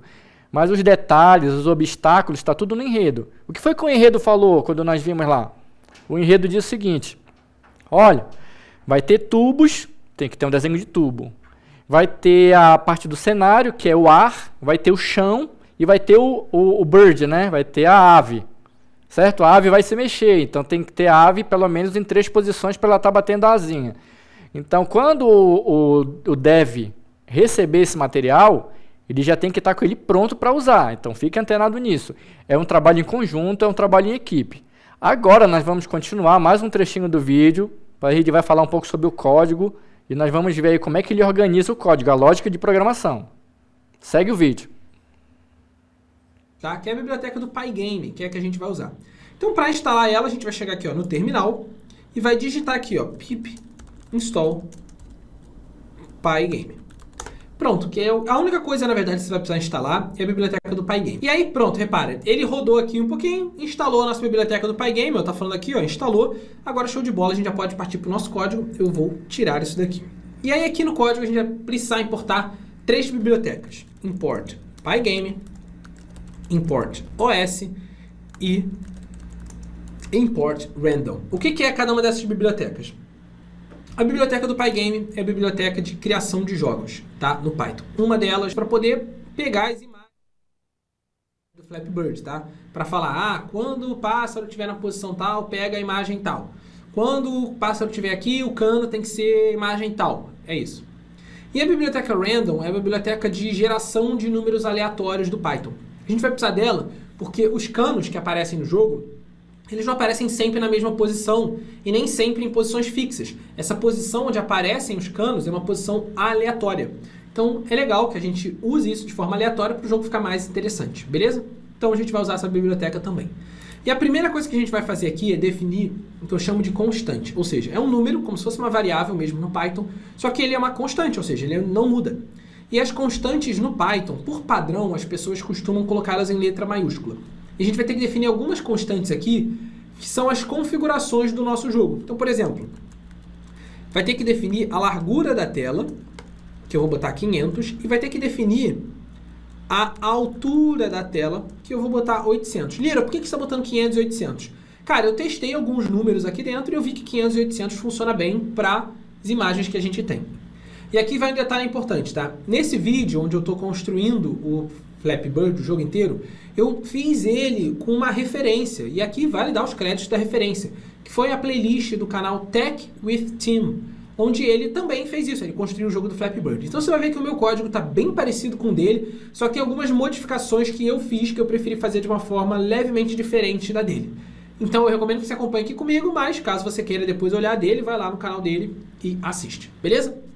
Bom, então vamos lá, eu já defini a largura, já defini a altura, agora a gente vai ter que definir as imagens, tá? Quais são as imagens de cada um dos objetos. Então eu vou botar aqui, ó, imagem do cano, imagem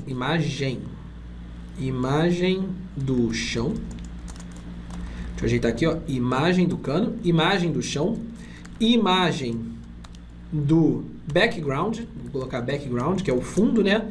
E as imagens do pássaro. Por que imagens do pássaro eu coloquei no plural? Porque a gente tem 3 imagens do pássaro, então aqui a gente vai ter que fazer levemente diferente, tá bom? Então, como que a gente faz para colocar essa imagem? Sempre que você pegar uma imagem com um Pygame, você vai fazer um pygame.load,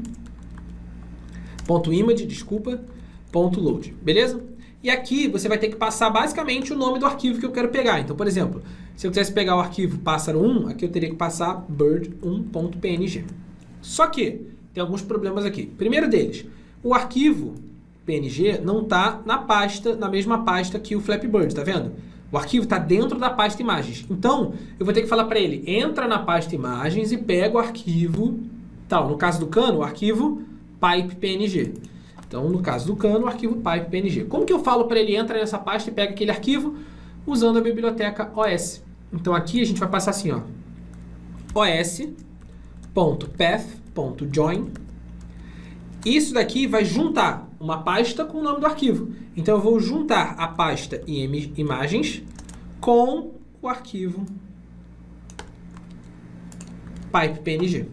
Tá vendo? É exatamente isso que a gente está fazendo. Então, isso daqui vai carregar a imagem do Cano pra gente.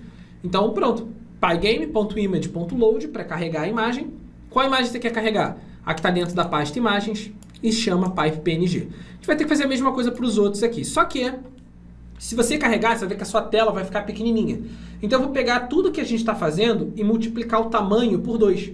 Para a imagem da tela não ficar muito pequena, ficar um pouco maior. Então, eu vou pegar todos esses objetos aqui e aumentar a escala deles, né? Aumentar, meio que pegar assim e dar um zup, aumentar em 2 vezes. E aí, dentro do Pygame, tem um método para fazer isso, que é o pygame.transform.scale2x, tá vendo? O scale2x é o que vai permitir a gente escalar em 2 vezes, ou seja, aumentar em 2 vezes o objeto. Então, aqui a gente... Voltei, galera. Vamos lá. Observe o seguinte, ele utilizou 3 bibliotecas, certo? Ele teve a oportunidade de utilizar 3 bibliotecas, mas ele vai utilizar mais algumas. Então, tudo depende da tua necessidade do teu projeto, as bibliotecas. Para quem estava antenado aí, ligado no vídeo, quais foram as bibliotecas agora que ele importou para utilizar? Alguém lembra?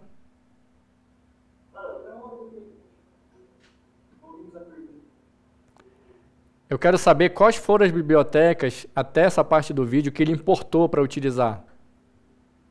A biblioteca Pygame, a OS e a Redmond. Certo. Vocês observaram que ele utilizou um conceito de variável lá, certo? Qual foi o conceito que ele utilizou? Ele colocou o nome do identificador da variável como letra maiúscula, Qual foi o objetivo? para deixar a variável inalterável. Constante, né, pessoal? Constante. Por que que ele deixa isso? Porque no decorrer do programa, essa imagem lá não vai sofrer mais alteração. Ele só vai usar. Ele não vai mudar. Entendeu? Não vai ter um momento do jogo que a imagem está de um tamanho, depois a imagem muda para outro tamanho, depois ela diminui. Não. Ela fica inalterável. Esse é o conceito de constante. Beleza, pessoal? E tem mais algo no trecho que ele está organizando uma imagem, ele começa a utilizar método de 2 bibliotecas ao mesmo tempo. Vocês observaram? Ele iniciou com Pygame para ler a imagem e ele utilizou o OS para utilizar imagens múltiplas no mesmo cenário. Então é como se fossem camadas, certo? Ele pega assim, eu quero o cenário de baixo, aí o cenário de baixo eu quero colocar um cano, aí depois do cano eu quero colocar uma nuvem. Então o que é que ele vai fazendo? Ele vai utilizando o OS, certo? Para ele sobrepor as imagens que estão lá no arquivo. Entendeu? O vídeo, ele é muito interessante e eu recomendo vocês, quem sentiu curiosidade, de acompanhar esse vídeo, tá? E ver até o final, ele vai deixar o código funcionando, tá bom? E tem mais. E como eu tinha programado essa aula para demorar um pouquinho mais, só que teve essa questão aí de retorno do intervalo e tudo, perdemos um tempinho. E o que é que ocorre? Tem a parte em seguida que ele vai falar sobre as funções. Ele cria uma função init, que é a função... Lá em Java, eu tinha comentado que tem a função main. Aí, no Python, ele usa a função init para iniciar o jogo. Então, tudo acontece dentro da função init. Aí, dentro da função init, ele começa a usar os métodos. Aí, ele vai usar um laço para iniciar o jogo. Então, tudo isso aí, eu gostaria de ter passado aqui como vídeo, mas fica como dever de casa aí para vocês assistirem esse vídeo e vocês entenderem a dinâmica do jogo. A maioria dos jogos vai funcionar dessa forma. Um laço de repetição, as funções acontecendo, as ações, os eventos. Ele vai falar um pouco sobre evento, que é a ação do usuário. Tudo que o usuário clicar aqui em algum dispositivo de entrada vai virar evento lá, certo? Pessoal, hoje, quais foram os conceitos que nós vimos aqui na aula de hoje, nós vimos o conceito de lógica de programação, linguagem de programação, ambiente de programação, que são as IDEs e as bibliotecas para jogos. Ok? Turma, eu gostaria de agradecer, muito obrigado pela atenção, pela presença de vocês, pela interatividade. Gosto muito quando vocês respondem, porque é muito importante esse feedback, professor, saber se ele está passando o conteúdo de uma maneira de se a voz está boa, se a velocidade está boa, se o conhecimento está bom, se não está algo muito básico. Então, quando vocês me dão esse feedback, é muito importante até para eu programar as próximas aulas, fazer um negócio bem interativo e que vocês consigam acompanhar. Tá? Pela aula de hoje, a gente fica por aqui. Desejo para vocês bons estudos e até a próxima aula. Tchau, pessoal!